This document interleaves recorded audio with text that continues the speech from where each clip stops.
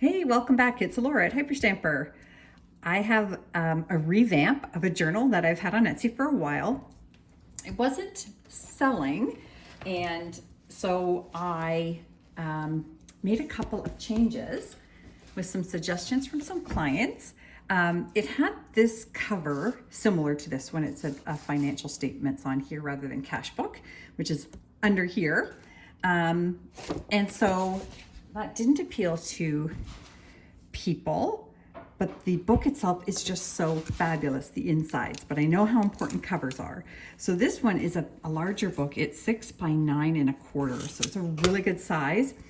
I've added this, I took my Farm and Field here, and I used a plate that was a half, sort of a third of a page plate. Sorry, these are so old and crumbly. Look at how pretty these are.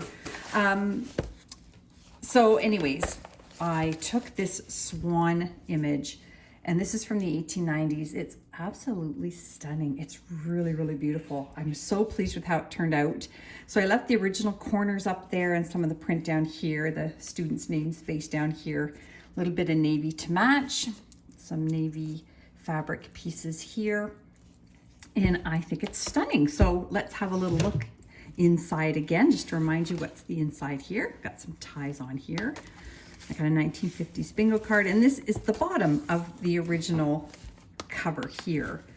So I made that into a little pocket, little tuck spot. That's the original first page of the actual book itself, which is an antique book called The Elements of Electrical Engineering. So a little more interesting now, and that's one of the plates from a book there. 1950s women's magazine page, which is on sweaters. Really, really fun. Awesome to look at the designs and the fashions 70 years ago. Here we go here. A stunning postcard, full color of the mountains out here, the Rocky Mountains. And that is from the 1900s or circa 1910. This is from a 1950s Lincoln souvenir book purchased in Washington, D.C. And that's a fun little piece of history there. This is a journaling tag that I made out of some vintage pattern tissue, and there's a vintage United States postal stamp down here on this little cluster I made. Just a little antique book page here, and this is one of those lovely plates from 1955 Polish embroidery magazines, and that one is really quite vibrant and lovely. From an antique book called Chez Nous. Long since sold that journal where those pages came from. And then there is one of the ledger pages that would have been found in that journal. And here's a 1901 book page here. You can flip it open and do some journaling here as well. And then a 1940s dictionary page. Just a little ad from a craft magazine from the 40s.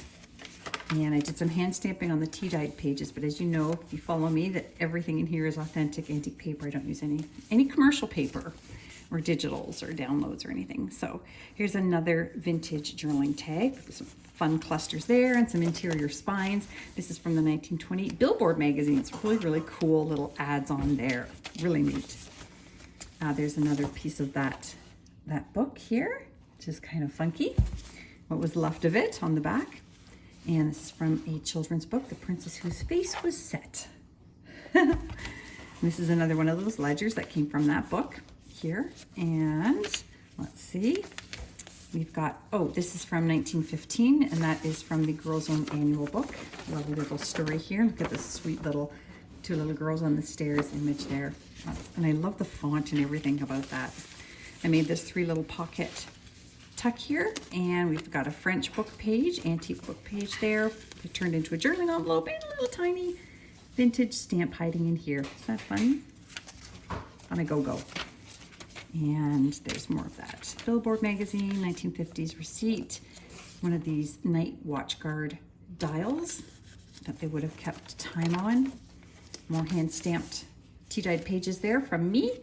And a vintage doily here I turned into a pocket on a vintage map, and a canasta scorecard from a vintage game that you can also journal on. Antique book page here, and I turned it into a pocket. And up here is this great photo from the 1930s. Look how tall this fella is compared to his lovely wife, and they're playing croquet. I just love that. Another vintage storybook here for children page. And there is the 1938 November 12th and 11th Paris, France Almanac page. Full color plate there, or page out of a children's book. And then because there was just a whole page of text, I covered it up with another antique book page with this great graphic on it. Another 1928 full Billboard magazine page here, and it is quite large and fantastic. Look at the ads on here. They're just awesome. Look at these spectacles. Wow. So anyways, a lot of fun looking at that one. Just that one alone is fantastic. Little hidden journaling spot under there. Another one over there. Antique paper down here. And this came from that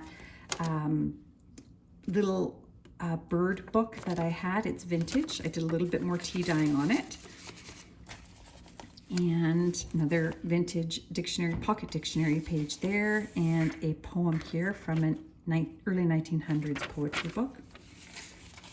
I think it might be Browning. I'm not 100% sure. We can find out. If somebody would like to know, they could just message me. And lots of wonderful book pages here, how to make crafts, one for kids from the 40s. And then I've just turned this old book jacket, a vintage book jacket. Here, let me open it for you. Century of Conflict. I turned that into a page itself and just put some of this wonderful vintage not upholstery. It's needlepoint, and they would have made a chair, upholstered chair with that, but it never quite got finished by the maker of that. And then there's another pocket here that you can put some special things in.